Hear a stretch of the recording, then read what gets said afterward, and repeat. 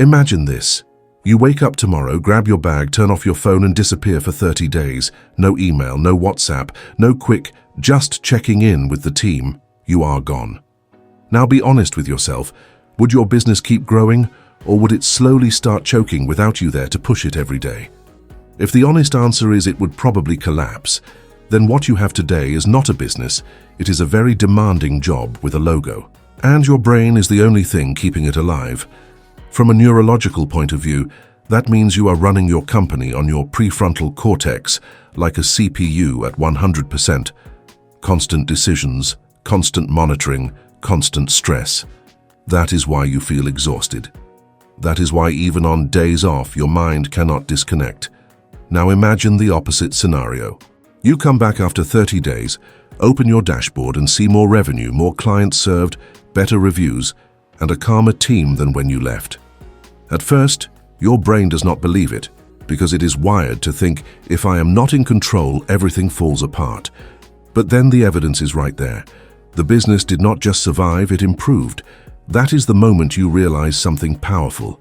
The ceiling was never the market. The ceiling was you being the single point of control. This is exactly what this video is about.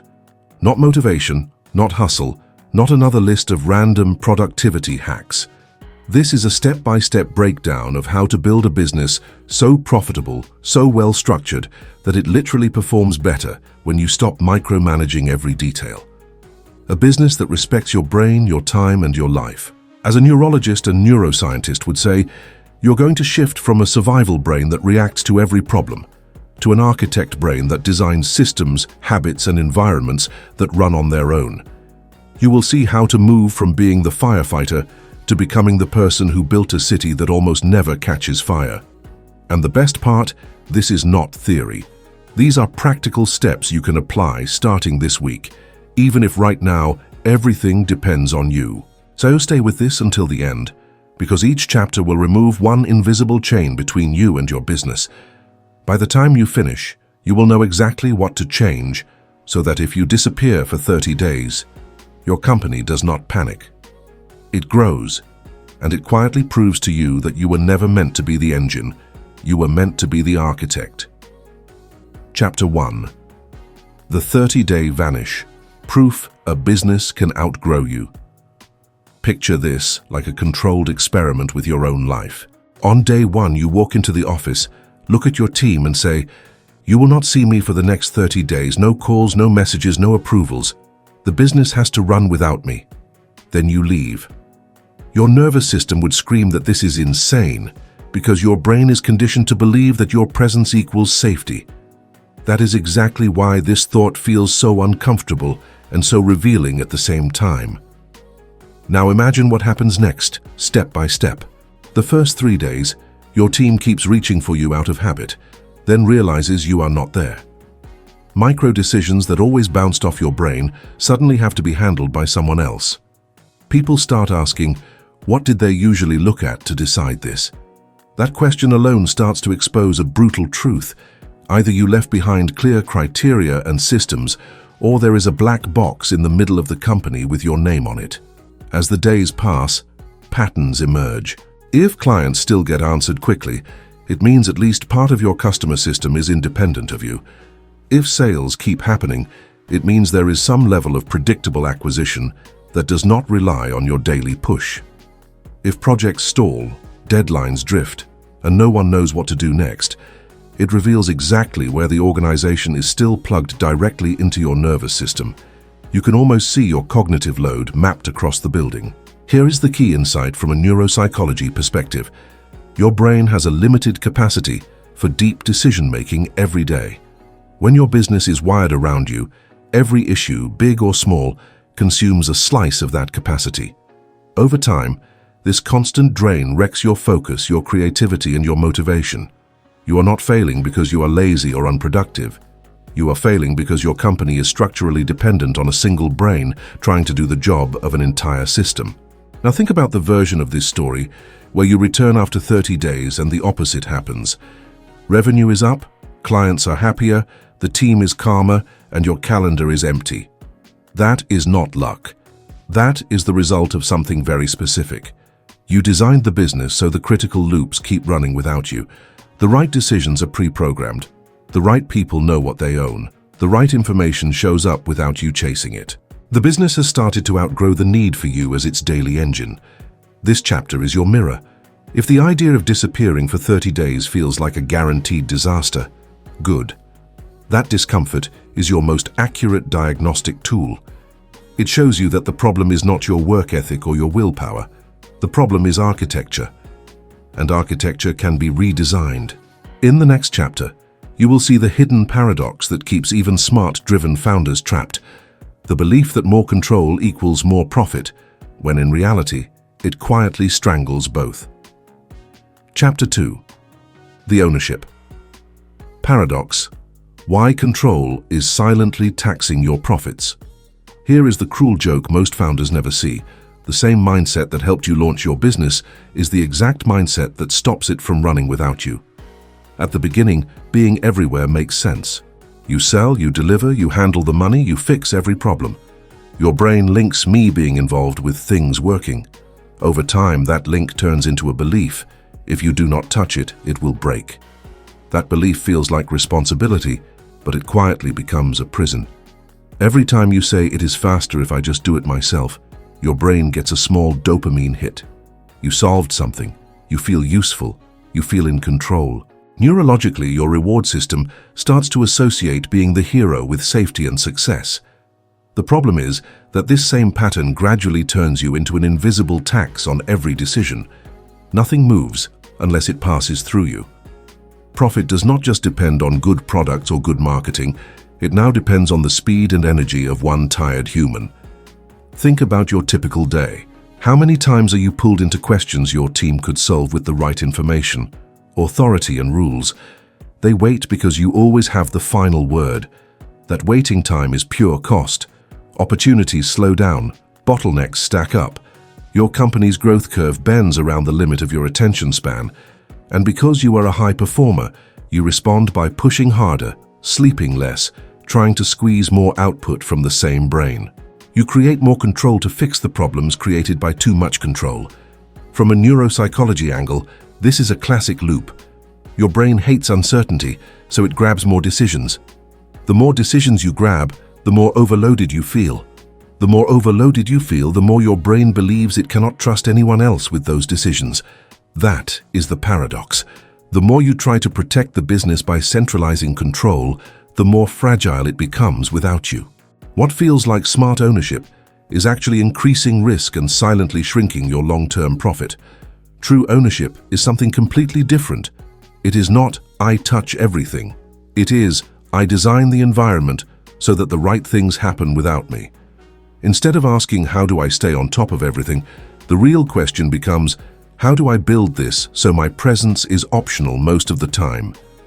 That shift pulls you out of the role of operator and into the role of architect. You move from being the brain of the business to being the person who shaped its nervous system. Once you see this paradox clearly, you cannot unsee it. Every time you step in to rescue a task, you will feel the hidden cost. You will notice how much your identity is tied to being needed, and how that neediness is killing your freedom and your upside. In the next chapter, you will take this insight and turn it into a concrete exercise. You will design your business as if you were forced to disappear, and use that scenario to expose exactly what must change for your company to survive and grow without you. Chapter 3. Designing a business that survives your disappearance. Now that you see how control quietly taxes your profits, it is time to turn this into something practical. Forget theory for a moment and run a mental simulation. Imagine a message appears on your phone right now saying, you must disconnect completely for 7 days. No preparation, no handover documents, no last meeting. You step away. What is the very first thing that breaks? Is it leads slowing down, delivery getting messy, cash flow getting confusing, or the team freezing because no one knows who decides what? This is not a thought experiment for drama. It is a precision tool to reveal the weakest points in your business architecture. Start with 7 days. For a week, could your current setup still book calls, sign clients, ship products, answer support and pay bills without you? If the honest answer is no, good. That gives you a clear starting line. Now extend the scenario to 14 days, 2 full weeks where your brain is unavailable. Ask yourself in detail, what systems, roles, or information would your team need to keep moving at almost the same speed? Would they know the priorities? Would they know what good looks like? Would they know when to say yes, when to say no, and when to escalate? Then stretch it to 30 days. A full month where your presence is removed from the equation. Do clients still get the same quality of experience? Do marketing and sales keep running on a rhythm that does not depend on your mood or your energy? Does the team have a way to see the numbers, spot problems, and act on them? If your stomach twists while you think about this, that is your nervous system correctly detecting risk, but it is also showing you the exact blueprint of what needs to be redesigned. From a neurological perspective, this exercise forces your brain to shift from short-term firefighting to long-term scenario planning. Instead of asking, how do I survive today? You start asking, how does this system behave without me in the loop? That simple change activates deeper, more strategic thinking. You begin to see your business less as a collection of tasks and more as a set of interlocking processes that can be upgraded, documented, or delegated. You stop blaming your willpower and start questioning your design. Here is how to use this practically. Take a notebook or a digital document and create 3 columns, 7 days, 14 days, 30 days. Under each one, list what would fail, who would get stuck, what information is missing, and what decisions no one else feels safe making. Do not sugarcoat it. This is your diagnostic map. Those items are not proof that you are weak. They are proof that your business has grown beyond the level of structure it was built on. That is a good problem, as long as you are willing to rebuild. By the end of this chapter, you should have a clear, sometimes uncomfortable list of where your company is still welded to your nervous system. That list is not something to feel guilty about. It is your roadmap. In the next chapter, you will zoom in even closer and discover the invisible workload you carry every week without realizing it. You will see how many micro-decisions and interruptions live only in your head, and how to turn them into something your team and your systems can finally handle instead of you. Chapter 4. The Invisible Workload Map. Finding the tasks you do not know you are doing. Up to this point, you have looked at big scenarios, 7, 14, 30 days without you. Now it is time to get brutally specific about your everyday reality, because what truly burns you out is not the big projects. It is the invisible weight of 100 tiny decisions that ride on your brain every single day. Most founders underestimate this. They remember the big tasks and completely forget the micro-interruptions that shred their focus. That mismatch is why you feel more tired than your calendar suggests you should be. Think about a normal week, not the craziest week, not the calmest one, just an average stretch of days. How many times are you asked, quick question, got a minute? How often do you check a message just to stay on top of things and end up mentally solving 3 other problems in passing? How often do you switch from strategy to fixing a typo, from hiring to approving a discount, from long-term planning to answering, what do we do with this client? Each of those context switches has a cognitive cost. Your brain pays it in attention, and your body pays it in fatigue. The invisible workload map is a way to finally see all of that on paper. For 1 full week, you track not only what you planned to do, but every unexpected thing that touched your brain. Every decision, every approval, every fire, every, can you take a look at this? You do not need a fancy system. A notes app or a notebook is enough. Each time something hits your attention, you write a quick line. What it was, roughly how long it took, and why it came to you instead of someone else. By the end of the week, you will have a dense list that looks chaotic. That chaos is your real job description. From a neuroscience perspective, this exercise reveals how fragmented your focus really is. Your brain loves deep work, but your current setup forces it into constant shallow switching. That mismatch drains motivation and makes even simple tasks feel heavy. When you look at the map, you will notice clusters. Maybe every pricing question goes through you. Maybe every client complaint finds its way to your inbox. Maybe every operational glitch ends up on your plate. Those clusters are not random. They are the places where your business does not yet have clear owners, rules, or systems. Here is where this becomes powerful. Once the invisible workload is visible, you can start asking better questions. Does this type of decision really need my brain, or could it be turned into a rule? Does this approval actually protect the business, or is it just a habit? Could a playbook, a simple form, or a different role handle this before it ever reaches me? You stop treating your exhaustion as a personal failing and start treating it as evidence that too many flows end at you. That shift alone is deeply freeing. By the time you finish mapping a week, you will see in black and white why your business feels heavier than it looks from the outside. That clarity is not meant to depress you. It is meant to give you leverage. In the next chapter, you will take those clusters of invisible work and begin turning them into self-healing systems.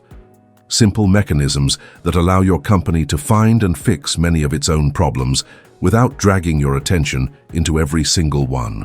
Chapter 5. Self-healing systems, teaching your business to fix its own problems. Now that you can see where your invisible workload lives, the goal is simple. Stop being the emergency room for every problem and start building a body that heals itself. A self-running business is not a company with zero problems. It is a company where most problems are detected early and fixed automatically by the system or the team, without waking you up mentally every time. That shift is the difference between a brain that is constantly in survival mode and a brain that finally has space to think, create, and plan. Every recurring issue in your business is secretly a broken loop. A client churns and nobody knows until the end of the month. A delivery mistake only shows up when a customer complains loudly. A lead pipeline dries up, and you only notice when your calendar looks empty. In each of these cases, the problem is not just the event itself. The problem is that there was no mechanism to spot it early and trigger a response. Your nervous system stepped in to compensate. You became the loop. That is what has to change. A self-healing system has 3 ingredients: a clear signal, a threshold, and a pre-agreed response. The signal is the data point that tells you something is off. The threshold is the line where normal variation turns into "we must act now." The response is the action the team takes without asking for your permission. For example, if support response time goes above a certain number of hours, a specific person shifts focus to clear the queue. If conversion rate on a key offer drops below a set percentage, a mini review is triggered by the team. Your brain is no longer step 1. It becomes step 4, called only if the pre-agreed actions do not work. From a neurological perspective, this is powerful because it removes constant low-level anxiety. Right now, a part of your brain is always scanning for threats. Are clients happy? Are numbers okay? Are we dropping the ball somewhere? That background scanning burns energy, even when you are not consciously thinking about it. When you install simple feedback loops that watch the critical parts of the business for you, your brain finally receives a credible signal of safety.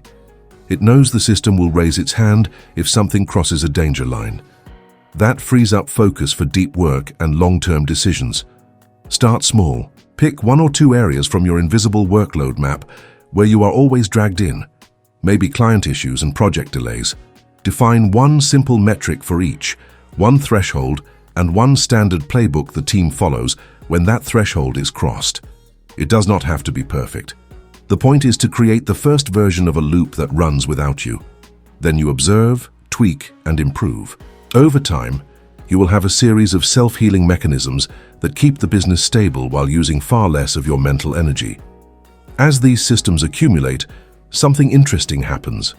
Problems still appear, but they stop feeling like personal attacks on your competence. They become signals from a machine you understand and can adjust. You move from "why is everything always on me" to "which loop failed and how do we upgrade it?" That is the mindset of an architect, not a firefighter. In the next chapter, you will go even deeper into protecting your energy by designing operations that stay stable, not only when things are good, but especially on your worst days, when motivation, mood, and willpower are at their lowest.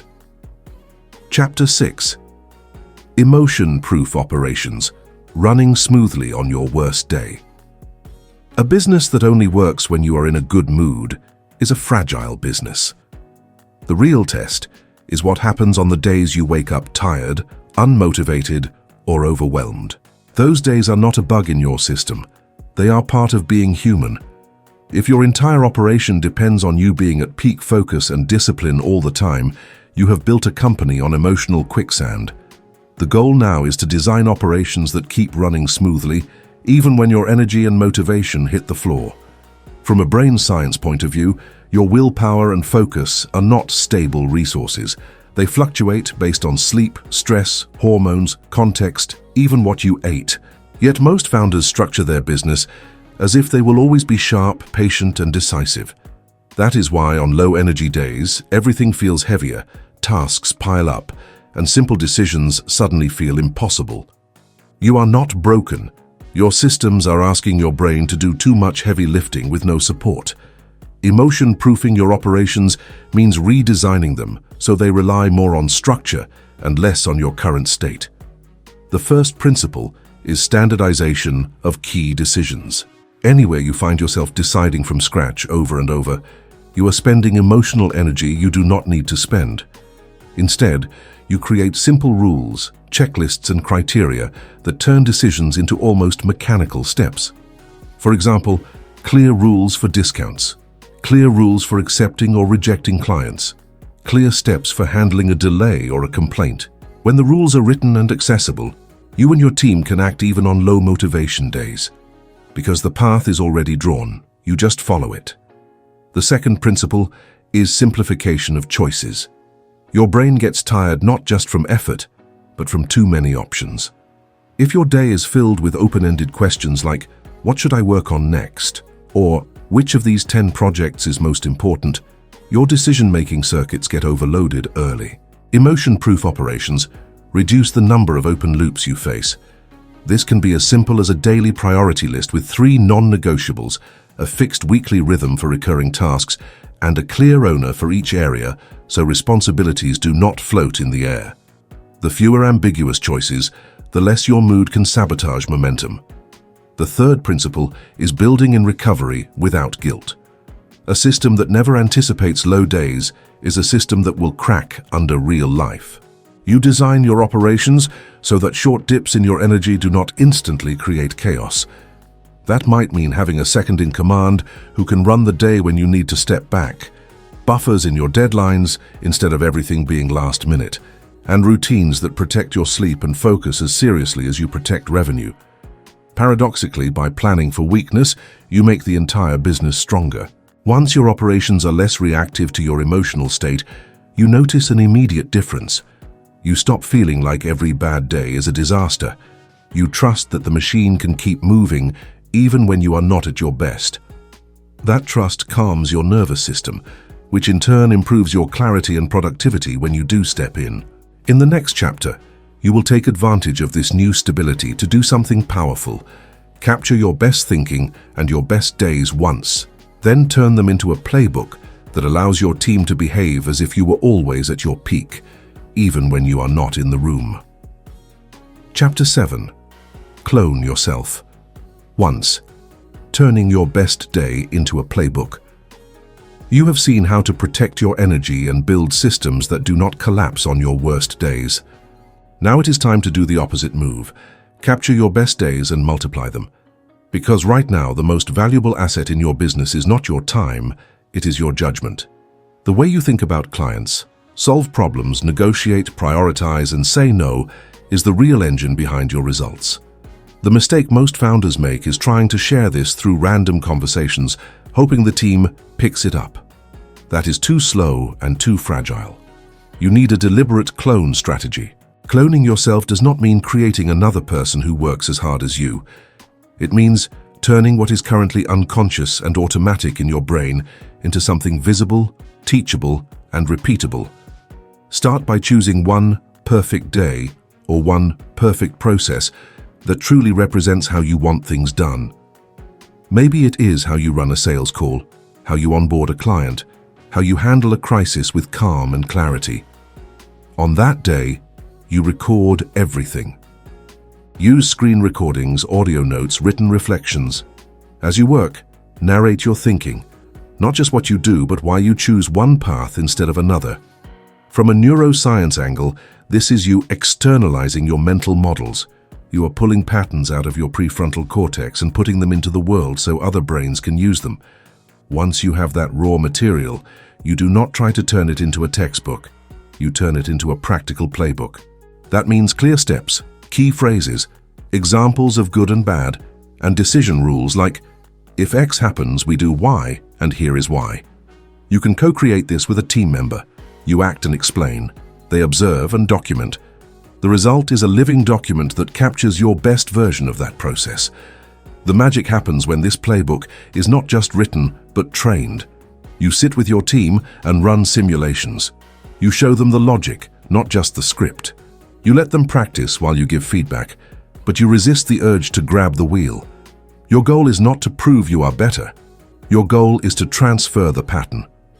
Over time, you will see something surprising. People start making decisions you would have made, using arguments you would have used without asking you. That is the first real clone of your judgment in the business. As more of these playbooks appear, your role shifts again. You are no longer the person answering, "What should I do here?" 100 times a week. You become the person who designs, updates, and occasionally upgrades the thinking that guides the company. You are moving from being the active processor to being the creator of the operating system. That is a healthier role for your brain and a far more scalable role for your business. With your best decisions captured and teachable, your company is ready for the next leap, changing the very shape of your offers so that every new sale grows your freedom instead of shrinking it. In the next chapter, you will see how to stack your offers in a way that buys back your time, turning profit into fuel for more systems, more leverage, and more space for you to live like an owner, not just a worker. Chapter 8. The Freedom Stack. Offers that buy back your time. Up to now, you have been rewiring how your business thinks and operates. But there is a harsh truth most founders ignore. If your offers are structured wrong, every new sale steals more of your time, no matter how good your systems are. You can have the best operations in the world, but if the product is designed around your personal involvement, growth will always feel like a heavier cage. The Freedom Stack is about flipping this. You design offers so that each new client gives you more resources and less personal work. Start by asking a simple question. For every main offer you sell, what actually scales when demand increases? Do systems scale, or do you just get busier? Does your team carry the extra weight, or does it land back on your calendar? If you notice that more clients always equals more hours from you, your business model is wired against your freedom. Neurologically, this creates a constant conflict in your brain. One part wants to grow. Another part knows that growth means pain. That tension quietly kills your motivation and makes you sabotage your own marketing without even realizing it. The first layer of the Freedom Stack is leverage. You look at how you deliver value and deliberately move away from one-to-one dependence on you. That can mean productizing services into clear packages your team can deliver, turning custom work into standard frameworks, or adding group elements, resources, and automation, where before everything was tailored by you. Your goal is simple. The client still feels deeply served, but the path from sold to delivered does not require your constant creativity and presence every single time. The second layer is pricing and margins that fund your freedom. When your prices are too low, every sale starves the business of the cash it needs to hire, train, and systemize. You are forced to compensate with more of your own effort. When your prices actually reflect the value and the complexity of what you do, each transaction creates surplus energy in the system. That surplus can be turned into people, technology, and time buffers. From a productivity perspective, this is crucial. Your brain cannot move into strategic mode if it is constantly patching holes created by underpriced work. The third layer is alignment between promises and processes. Many founders sell outcomes that only they know how to deliver, then wonder why the team struggles. The Freedom Stack forces you to adjust your offers so that what you promise is something your systems and people can reliably produce. That might mean narrowing your scope, defining clearer client profiles, or saying no to work that pulls you back into the center. It can feel scary at first because your threat system hates losing options. But the payoff is immense. Every client becomes a proof of concept that the machine works without you. When your offers are stacked this way, a new pattern emerges. More clients means more stability, better systems, and more room for you to step back. Your nervous system starts to associate growth with relief instead of pressure. You stop dreading success and start designing it. That is the moment you truly begin to live like an owner. In the next chapter, you will address one of the final pieces: how to lead and align a team without being everywhere all the time so that the business stays coherent and fast-moving even when you are not in the room. Chapter 9. Invisible Leadership: Guiding a Team Without Being Everywhere. At this stage, your systems are stronger and your offers are starting to buy back your time. The next challenge is psychological. How do you lead a team powerfully without being plugged into every conversation, every meeting, and every decision? If leadership means I must be present for everything, you will never truly step out of the center. Invisible leadership is the opposite.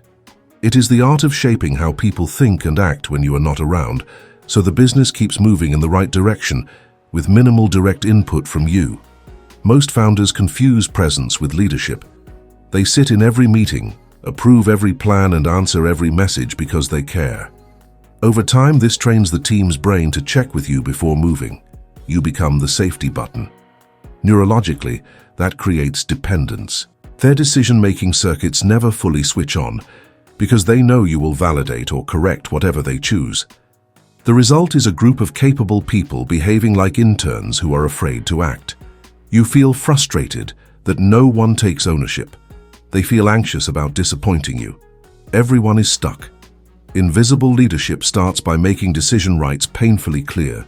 Every key area of the business needs a named owner, and that owner needs to know exactly what they can decide without you. For example, who can approve discounts? Who can fix a client problem on the spot? Who can change priorities inside a project?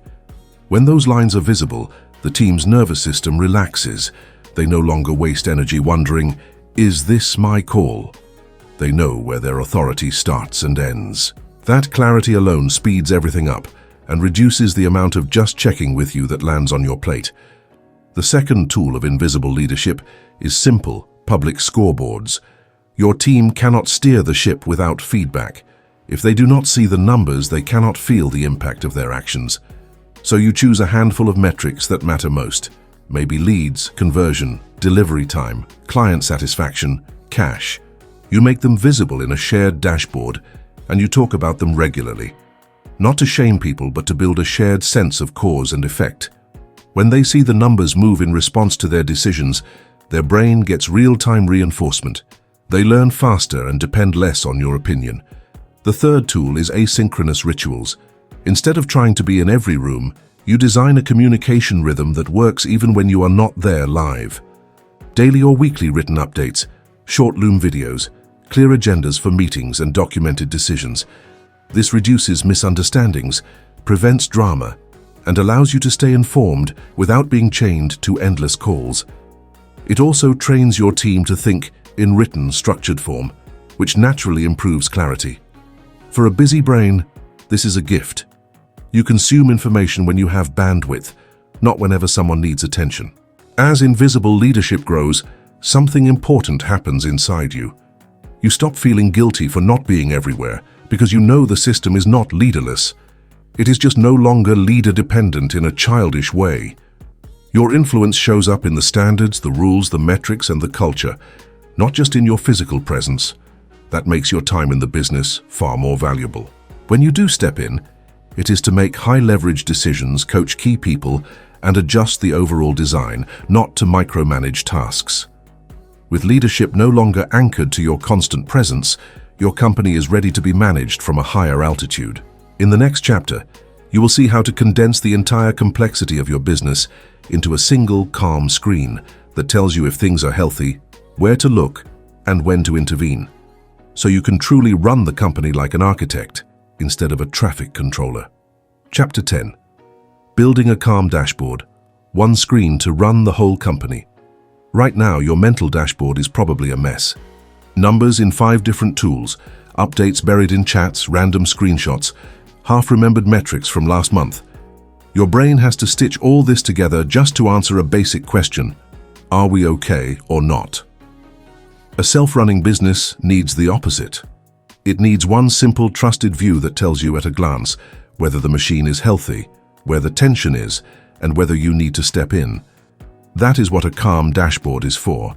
One screen that replaces hours of anxious checking. From a neurological perspective, uncertainty is one of the biggest triggers of stress. When you do not know if leads are coming in, if projects are on track, or if cash is tight, your threat system stays activated. Even when you are away from your desk, your mind keeps spinning scenarios. A calm dashboard reduces that uncertainty by turning vague worries into clear signals. You stop asking, "How do I feel about the business this week?" and start asking, "What are the numbers telling me?" Your emotions become a response to data, not a replacement for it. Designing this dashboard starts with brutal selectivity. You do not want 30 metrics. You want the vital few that truly reflect the health of acquisition, delivery, and cash. For example, one number that tells you if new opportunities are flowing, one that shows if clients are getting what they paid for on time and at quality, and one that shows the financial pulse. Each metric must be defined clearly: what it means, how often it updates, what good, warning, and danger look like. This clarity keeps your brain from overreacting to normal ups and downs. The second step is making the dashboard visual, simple, and impossible to ignore. Think color zones, trend lines, or clear indicators that instantly show you direction, not just raw data. Your brain processes visuals much faster than text.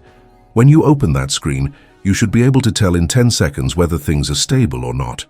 If a metric slips into the warning or danger zone, that is your cue to ask questions or trigger one of the self-healing systems you designed earlier. If everything is in the safe zone, you get permission to relax or focus on higher-level projects. The third piece is consistency. A dashboard only calms your nervous system if you trust it. That means updating it on a fixed rhythm, using reliable data sources and not constantly changing what you track. Over time, your brain learns that checking the dashboard is enough to know the truth. You no longer need to scroll through endless chats, dig through spreadsheets, or ask 5 people for their opinion. This repetition rewires your habit loops. Instead of compulsive checking everywhere, you have one simple ritual: open the dashboard, scan, decide. When this is in place, your relationship with the business changes. You stop feeling like you must be inside everything to know what is happening. You can be across the world, open one screen, and understand the state of the company. If something is off, you know exactly where to look. If everything is on track, you can close the laptop without that guilty, lingering doubt. That psychological safety is crucial for you to truly step away. In the next chapter, you will put all of this to the test with a structured 90-day rehearsal, gradually pulling yourself out and watching the machine operate with less and less of you in it. Chapter 11. The 90-day Vanish Rehearsal. Stress testing your machine. Everything you have built so far is theory until you test it under real pressure. The 90-day Vanish Rehearsal is exactly that, a controlled experiment where you gradually remove yourself from the daily flow and watch how the business behaves. Think of it like training your nervous system and your company's nervous system at the same time. You are teaching both that the business can function, decide, and grow without your constant presence. Until you see that with your own eyes, your brain will keep defaulting to old survival patterns. This rehearsal is not about disappearing overnight. It is about planned, progressive absence.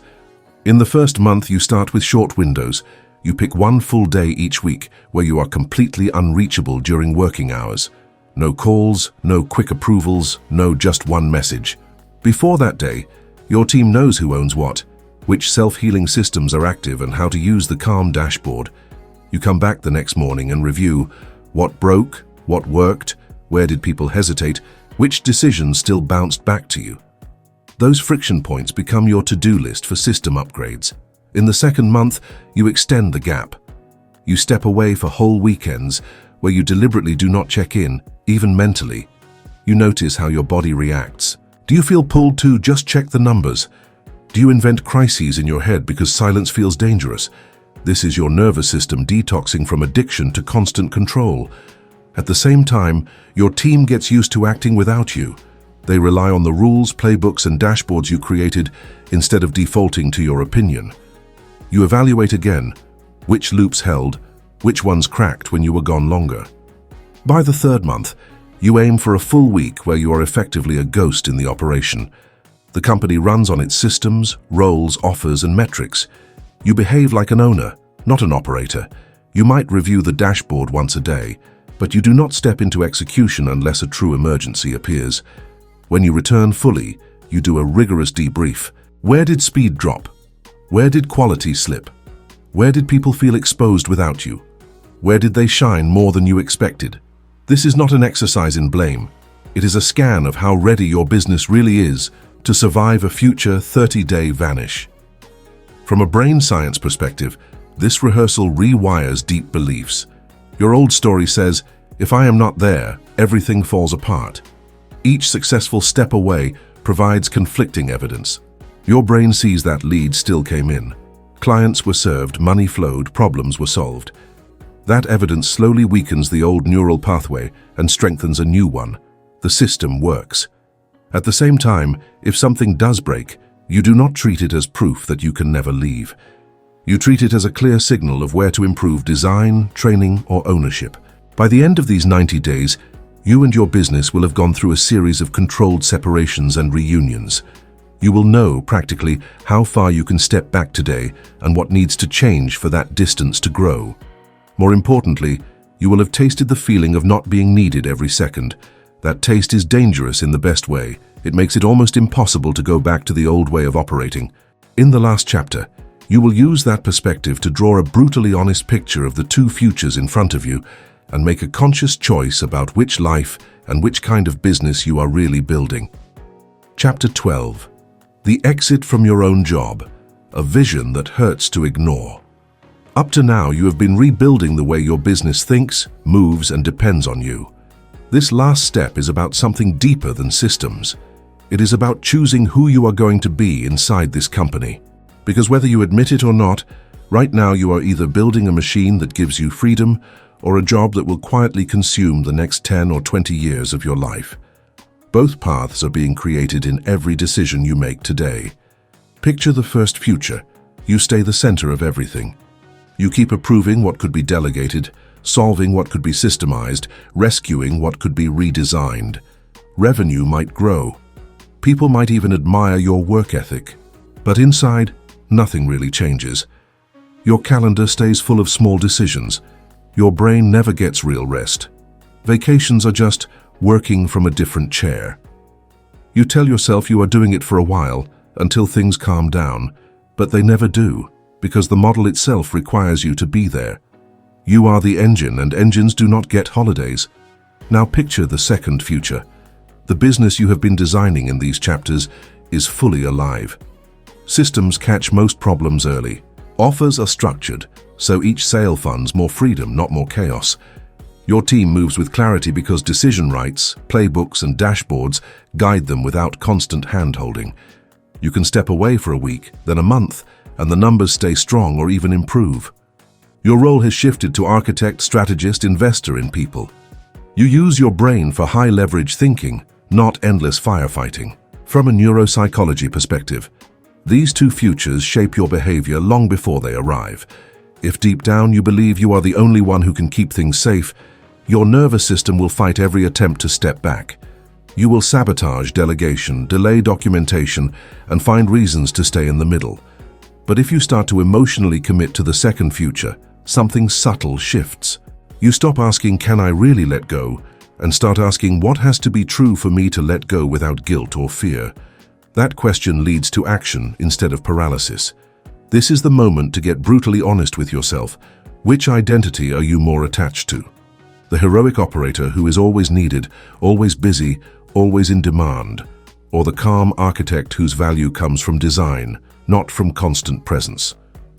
There is no moral judgment here, but your choice has consequences for your health, your relationships, your wealth, and your sense of meaning. A business that runs itself is not just about money. It is about creating a life where your brain is not permanently stuck in survival mode. So here is the challenge. Do not just watch this and move on. Pick one concrete change you will make this week that moves you toward the second future. Maybe it is mapping your invisible workload for 7 days. Maybe it is writing the first simple playbook. Maybe it is setting up a basic calm dashboard or planning your first 24-hour vanish rehearsal. Whatever it is, write it down, commit to it, and if this is a public video, declare it in the comments. Your brain takes commitment more seriously when it is visible. You do not have to rebuild everything overnight, but you do have to decide which story you are writing. A story where you stay trapped inside the business you created, or a story where you design a machine that funds the life you actually wanted when you started. The tools are in your hands now. The next move is yours.